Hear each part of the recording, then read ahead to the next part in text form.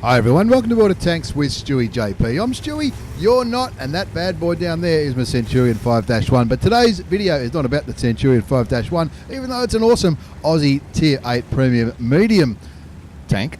This is about Frontlines. Frontlines Episode 4 should be starting this morning, unless I've got my dates wrong. Frontlines Episode 4 should have started about 2 hours ago on our server, the Aussie server and the Asian server. And this video is we're going to talk a little bit about Frontlines. Not really going to be focusing too much on my noob gameplay, even though that is a pretty epic game from my point of view. We're going to be focusing a little bit more on what you can get out of Frontlines. Exactly right, what you can get out of Frontlines. Whether you're playing on the Aussie server, the Hong Kong server, North America, Russia, EU, you name it. It's an extravaganza. It's something that went really, really well. It was very, very well received when it first came into World of Tanks, because I think it was a genuine way to really grind through a heap of credits. You know, you could just plug away with your premium tanks, pop some personal reserves. Maybe even if you just purchased a weekend of premium time, you could really fly through the credits in your premium tanks. And this season is no exception. They haven't touched the economy of Frontlines at all. At least as far as I'm aware, it still looks to me like some people are saying that maybe, don't worry about that shot, some people are saying maybe they have adjusted the economy of how you earn credits. I disagree. I seem to be making a hell of a lot of credits running around in my premium tanks. Of course, if I've got credit boosters, then I'm going to be popping them. And look at this.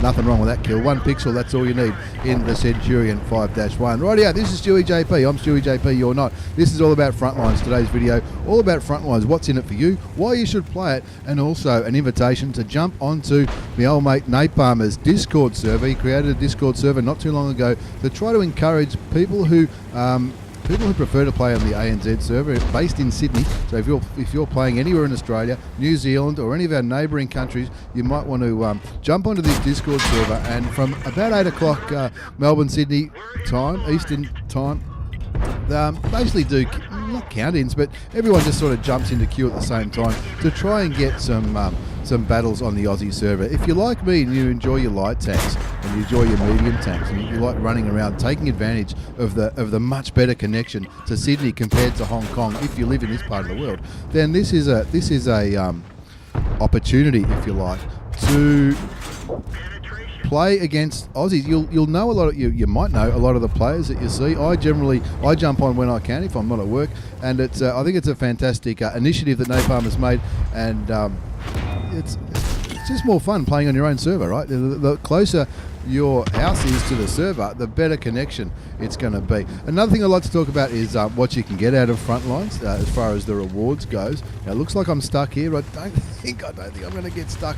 And also how to rank up to get those rewards faster. As you earn experience in Frontlines, you'll get obviously you'll get a higher score, you get more experience, you get more credits, but you'll also rank up through the different prestige modes really, really quickly. And if you play properly, and if you have a red hot go, you'll get to fly through those prestige levels and take advantage of the rewards in game. I'll flick over to a website now. This is the one. Every Frontline tier gives different rewards. You can see them there on the screen there. For level 2 to 5, you get 30,000 credits, some manual fire extinguishers, first aid kits, and small repair kits. 6 to 10, you get the same, but you get a little bit more of them, plus more credits. 11 to 15, same again, you get the bigger consumables as well as more credits. 16 to 20, more credits again, more consumables, and when you get up towards the 20s to the 30s, you get some personal reserves for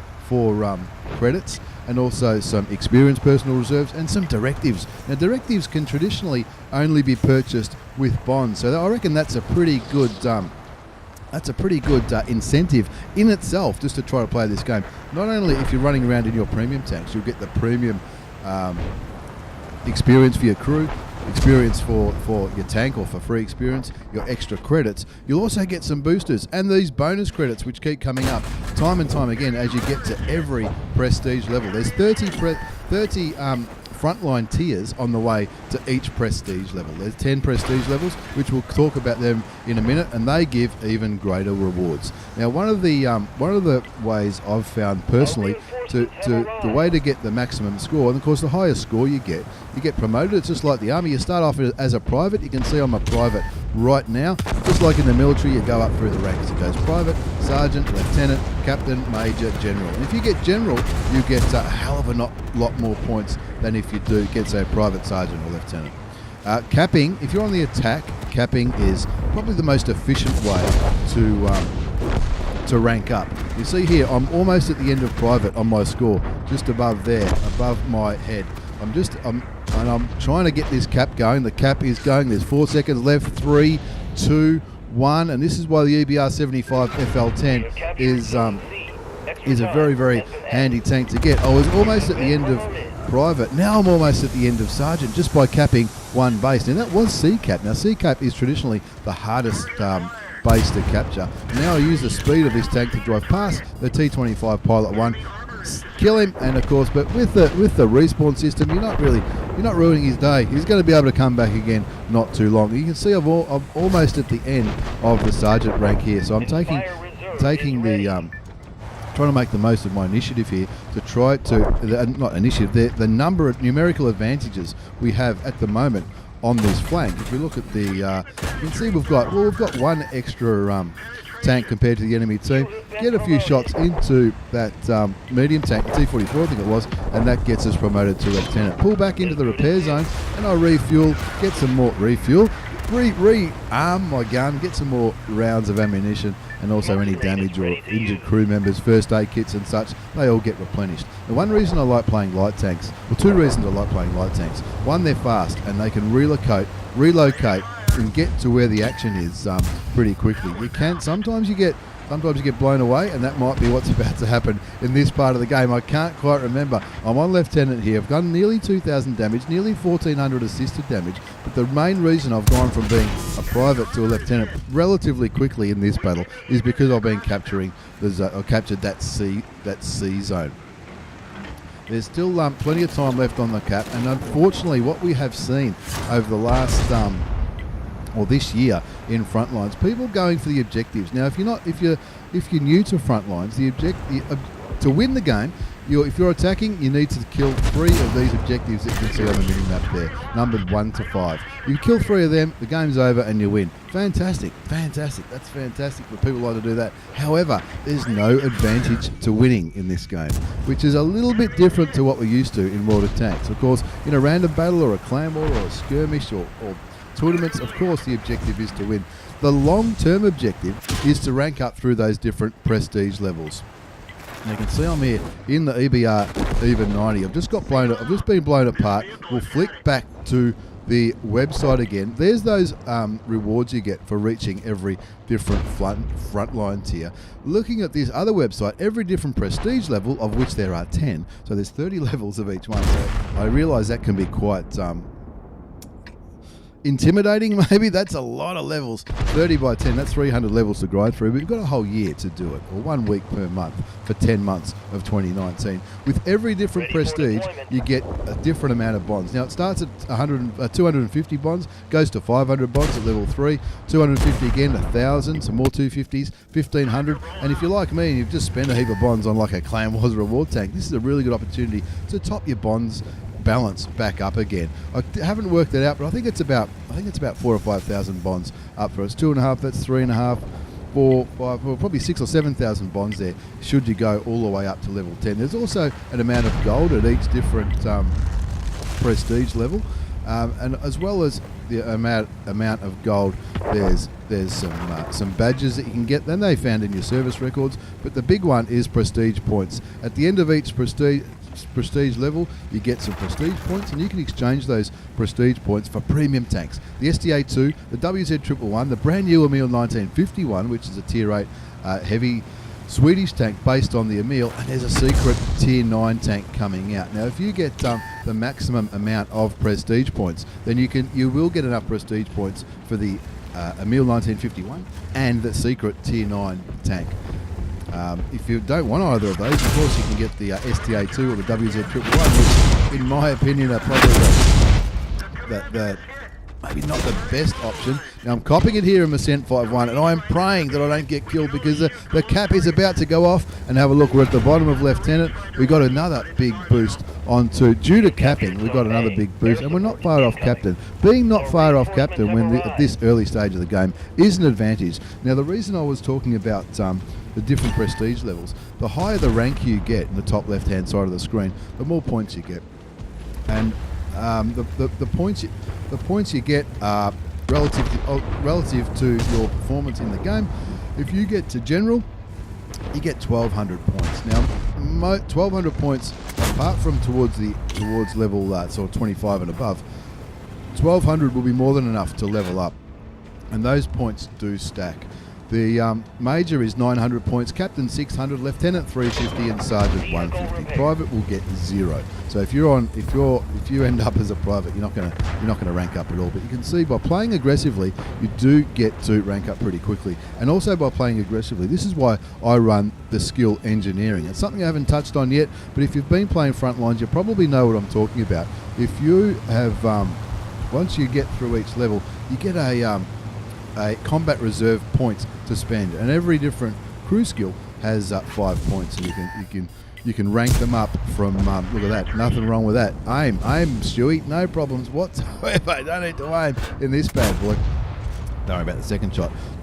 So once you unlock different crew skills, gives you another advantage in the game, or another aspect. Now there are 6 different crew skills. Engineering is the one that I've put on most of my tanks, and what engineering does, if you're attacking, it means that you'll cap that area quicker. You'll get more cap points, and of course capping is the quickest way to rank up. That's why I highly recommend engineering in any tank other than artillery or a soft tank destroyer. Heavies, mediums and lights, I'd be putting engineering on all day long. Now if you are defending, it also helps you defend the zone. So if the enemy team are capping it and you roll onto the cap, you're blocking them from capturing that one, which also helps you level up. Now like I mentioned earlier, there are 5 other ones.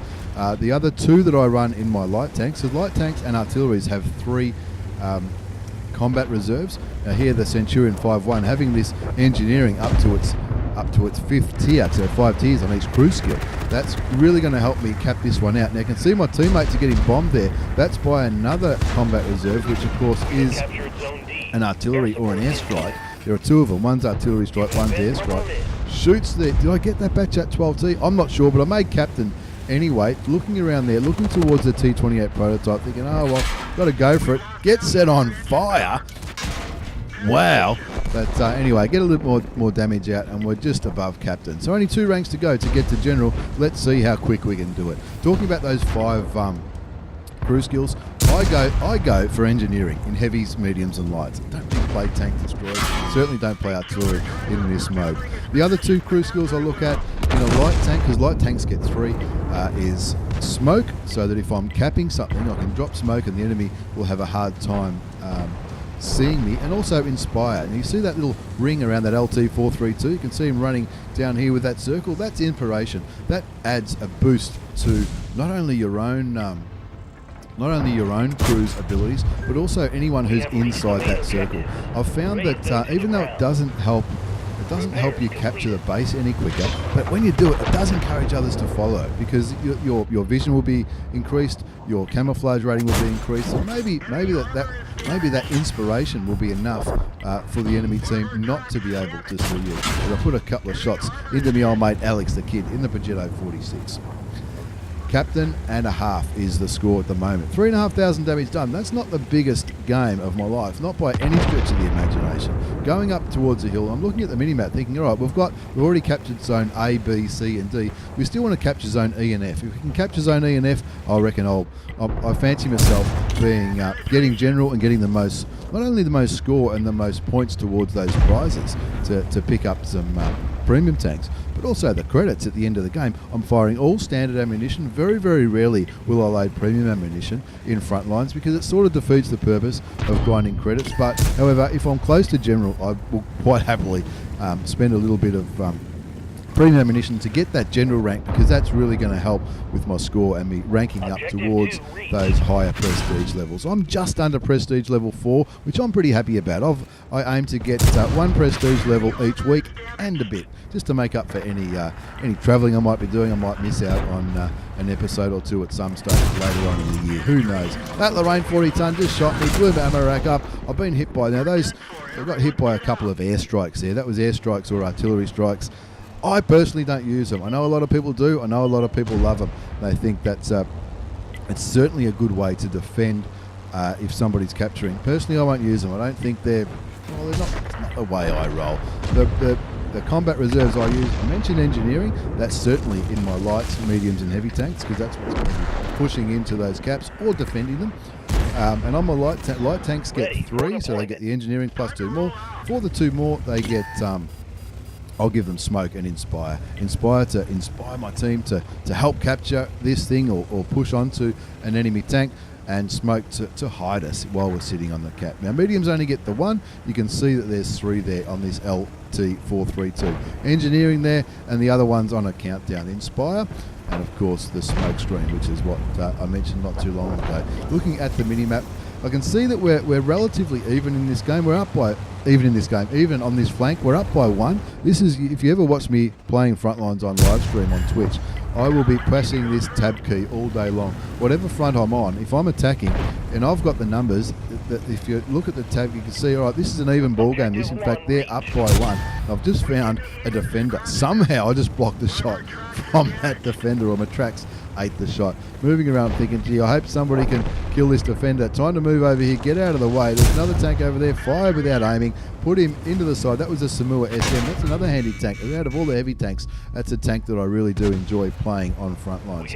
Moving around here, we're on captain. We're not too far off major. Looking towards the defender. Vietnam Sniper's his name. He looks like he knows what he's doing. Blocked the defender again. 1,380 damage blocked. Nearly 2,000 assisted damage. 4,315 damage done. The Rimby Borsig Waffenträger shoots me. Takes me down to 135 hit points. And I reckon this bloke's on his own. I reckon I can get a shot in. And I want to keep him lit so that maybe my friends can kill him, get some assisted damage, and there's a repair point just in front of me. But between the repair point and me is a TS5, of course. When I recorded this replay, the TS5 marathon had just ended, and a lot of people were playing those TS5s, and gee, they can be tough. They can be tough to shoot, that's for sure. And I'm thinking, well, this is getting a little bit too hot for me. We do have the numbers, but I need to do something pretty dank to get out of this little situation. You can see my Inspire reserve is ready. It tells you when it's ready. I'll block the TS5 again. I know, I really should have went out and bought a Tats Lotto ticket on the day that I played this game. We're up to captain. We're 3/4 of the way past captain, and I'm thinking, nah, this is getting a little bit too hot. I'm out of here. I'm going to go fix my tank, and then with smoke and Inspire, I'm going to come back and push the cap. And then I think, hang on a minute, no, I'm not going to. That was me dropping smoke. Changed my mind. 135 hit points is 134 hit points more than we need. Looking at that, oh no, the enemy are coming back now. I'm no longer winning, I'm no longer at the top of the table, but I want to be part of this cap. I've dropped the smoke on there, so I think I will get some points for capturing this one. I tapped the Inspire for the big circle and come in here. This is a bit of a sneaky one on the E cap. Just going to park it over here. I think that's where that other light tank was heading. I'm hoping that I don't get lit. Sitting back here thinking, well, I don't think they can see me because there's a wall between me and the enemy team. So I'm just going to sit here, and of course those tanks that are spotted in there, there's probably a fair chance that the enemy are going to drop a few bombs on them. I can see on the scoreboard above me, I'm on captain, not far off major. 2 seconds left on the cap. I know I'm part of this capture point. Get the major and a half. I'm not too far off general. This time of the game, I'm thinking, oh, I fancy myself for a general here. Let's see if we can do it in style. 135 hit points left up my sleeve. 4,500 damage done. 1,380 block. 2,500 assisted damage. Running towards this repair point, praying that there's not going to be an enemy tank over there. There is the T44FL. That's the rental tank. You can rent tanks as well. I'll block it, and I'll block the T26E4 Super Pershing as well. Pulling back, hoping that nobody shoots me because my life does depend on it. Have we got numbers here? We don't. We're vastly outnumbered. but I need to fix my tank. I'm up to major and a half. There's 2 minutes left on the clock. We've just captured zone F. That gives me a little bit of breathing space. Now there's 6 minutes left up my sleeve. We talked about respawns as well. Respawns in the bottom left of the screen. You can see that white tank there. I've got a tank up my sleeve. The tank's been totally fixed. Just got to kick back here and maybe farm a little bit of damage. Try and get that general rank because if I get killed again, anything could happen. One of the objectives has fallen. Objective number 2 has fallen as well. This is another thing I wanted to talk about in this video. I'll take that kill. Did you see that? One of the other things I wanted to talk about in this video was destroying objectives when there's still so much time left on the clock. It's just not the right thing to do because you're stopping people leveling up and getting those major and general, those higher ranks. People who are lower on the ranks are going to really miss out on the opportunity to rank up, and it's something I've seen on the Asian server a lot of. People in these light tanks, in the EBRs, flying towards these objectives and killing them really quickly. Killing them really quickly is not the right thing to do. The right thing to do is to make the game go for as long as you can, so more and more people can get up to those high-ranking rank, like general rank. Now, watch closely. It's me against the T44. I'm on 218 hit points. There's a T44 coming around the corner. I'm looking at the T44. I'm not looking where I'm driving. I hit a rock. I get onto the side, grab the general on the side. Not only do I grab the general, I get the kill on that T44. Look at the bloke behind me and say, hey, did you see that? Did anybody see that? Did anybody see that? Oh, indeed. Put it in the chat. Hey, boys, did you see that? That looked absolutely fantastic. Hopefully somebody did. I don't think anybody else did see that in going by the reaction I got in-game at the time. But I was happy to get General, and I was happy to get General whilst I was mid-air halfway through an epic flip. Anyway, we're going to wind today's video up. Thank you very much for watching. There's 4 minutes left in this game. But I think at this stage, ready for deployment. My friends just, I think in the end they just knock over these objectives. But I'm happy that I got General in this score. There's not. Can I see the rest of the team? I'm the only General. We've just got another General in on that one, and of course there's so many players, but still back down here on the Lieutenant rank and not getting the opportunity to get General. And that's what I was talking about. Let the game go for as long as you can. Let the game go for as long as you can. Don't worry. I don't even worry about shooting the objectives because I know somebody else will go after them. But you get more credits and you get a higher score by shooting enemy tanks. Like I said, we'll be winding this video up in just a few seconds. Massive thanks for watching, everybody. I enjoyed that game. I love that flip at the end. I'm enjoying Frontlines. What do you think? What do you think we should do with Frontlines? Should we make the game longer, shorter? Is it too much of a grind? I don't think it is. I've got to level 4 pretty comfortably. I've had enough days off to maintain my healthy lifestyle. I don't think that's what I'm looking for, but to maintain my sanity by not playing 24/7. And of course I work as well, so it hasn't turned into a full-time job, which is what I was worried it might have, and I think a lot of people were worried about that. But check out your crew skills. That's one thing I want you to get from this video. Check out the crew skills.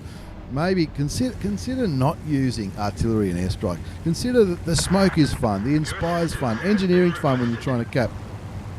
Not sure what the other ones are. Oh, there's a recon flight as well as artillery and airstrike. The recon strike flight helps you spot enemy tanks. That's not something I've done much of. I think I might have done it last year. And of course, don't forget Napalmer's Discord channel. There'll be a link down below. If I forget to put it down there, I'm sure Napalmer will put it there. There's a link down below to Napalmer's Discord channel. It's for the Australian server and Australian-New Zealand server. If anybody wants to join in and try and get some ANZ server battles on Frontlines, that would be absolutely fantastic. Just showing you how bad I can shoot now towards the end of the battle. I put one shot towards the big gun. Oh, do I knock it over? Gee, I hope I don't. That'll be pretty bad. And looking towards that, I want to get that M4190.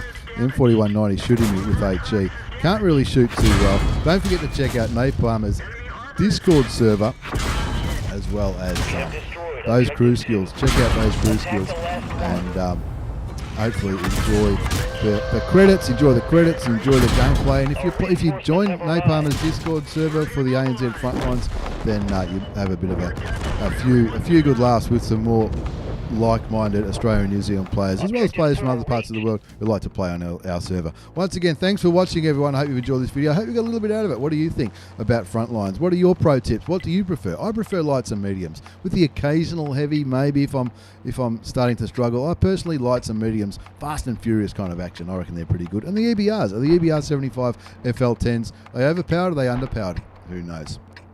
Once again, links will be down below for all the information about Frontlines. This episode 4 should have started this morning, so hopefully you get some good games, get some good generals, and reap the rewards and get some prizes and some reward tanks. Once again, thanks for watching, everyone. Take care and see you all next time.